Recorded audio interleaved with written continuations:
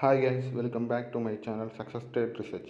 நாம் இந்த வீடியோவில் 13 August 2021 Nifty and bank Nifty levels எப்படி இருக்குங்கிறத பற்றி பார்க்கலாம்.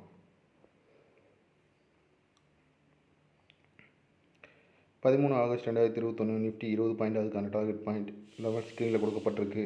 ஓப்பன் ப்ரைஸ் ஃபார் எக்ஸாம்பிள் 16,330 அப்படி இருந்துச்சுன்னா பை 16,341க்கு மேலே பை பண்ணுறோம். செல் 16,301 கீழே செல் பண்ணுறோம். அந்த ரெட் மார்க் பண்ணது நம்ம கன்சிடர் பண்ணக்கூடாது. தென் 12 ஆகஸ்ட் 2021 நிஃப்டி எப்படி இருந்துச்சு அப்படின்னா நம்மளோட லெவல் பிரேக் பண்ணி கிட்டத்தட்ட 35 பாயிண்ட்டுக்கு மேலே நமக்கு டார்கெட் கொடுத்துருக்கு.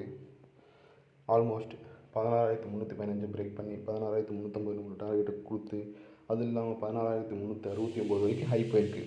கிட்டத்தட்ட new year high.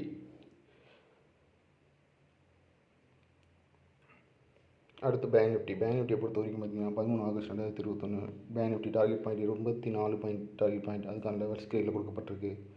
Example open price 36,000 அப்படி இருந்துச்சுன்னா பை 36,074க்கு மேலே பை பண்ணுறோம். செல் 35,906 கீழே செல் பண்ணுறோம். அதுக்கான டார்கெட் அண்ட் ஸ்டாப் ஸ்க்ரீனில் கொடுக்கப்பட்டிருக்கு. பேங்க் நிஃப்டியை பொறுத்த வரைக்கும் பார்த்தீங்கன்னா நமக்கு ஓப்பனிங் ஃப்ராக்ஷன் ஆஃப் செகண்ட்ஸ்லேயே நமக்கு டார்கெட் அச்சீவ் ஆயிடுச்சு. அதுவும் ஒரு 5 மினிட்ஸ்க்குள்ளேயே. பட் ஓப்பன் ப்ரைஸ் நமக்கு கிளியரான பாயிண்ட் கிடையாது. ஏன்னா அந்த ஃப்ராக்ஷன் ஆஃப் செகண்ட்ஸில் யாராலையும் ட்ரேட் பண்ணியிருக்க முடியாது. அந்த ஓப்பன் ப்ரைஸ் ஒரு ராங்கான ஒரு மென்ஷனாக இருந்திருக்கு. பட் இருந்தாலும் அதில் நம்ம கன்சிடர் பண்ணி தான் ஆகணும். ஸோ அதுபடி பார்த்தோம்னா நீங்கள் ஃபஸ்ட்டு 5 மினிட்ஸில் அச்சீவ் ஆனாலுமே அதுக்கப்புறம் மார்க்கெட் கீழே டவுன் வந்துச்சு. 35,800 பிரேக் பண்ணி 700 சம்திங் ட்ரேட் ஆச்சு. மறுபடியும் அங்கேருந்து பை ஸ்டார்ட் ஆகி நம்மளோட லெவலில் மறுபடியும் டார்கெட் ரெண்டாவது டைம் வந்திருக்கு. ஸோ ஃபஸ்ட் டைம் நம்மளுக்கு வாய்ப்பு கிடைக்கிறதுக்கு சான்ஸ் இல்லை. ஸோ ரெண்டாவது டைம் நமக்கு வாய்ப்பு கிடச்சிது. ஸோ அதை நம்ம யூஸ் பண்ணிக்கிட்டோம்னா கண்டிப்பாக ப்ராஃபிட் புக் பண்ணலாம்.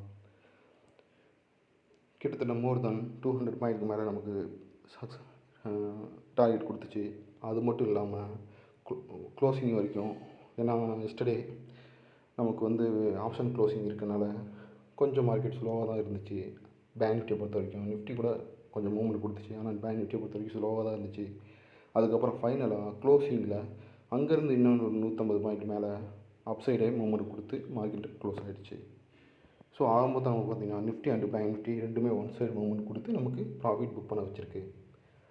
நம்ம லெவல்ஸை கரெக்டாக ஃபாலோ பண்ணிங்கன்னா உங்களுக்கு கிளியராக அண்டர்ஸ்டாண்ட் ஆகும். ஏதாவது டவுட்னா தாராளமாக இந்த வீடியோ கீழே நீங்கள் கமெண்ட் பண்ணலாம். இல்லாட்டி டெலிகிராம் சேனலில் நீங்கள் மெசேஜ் பண்ணலாம்.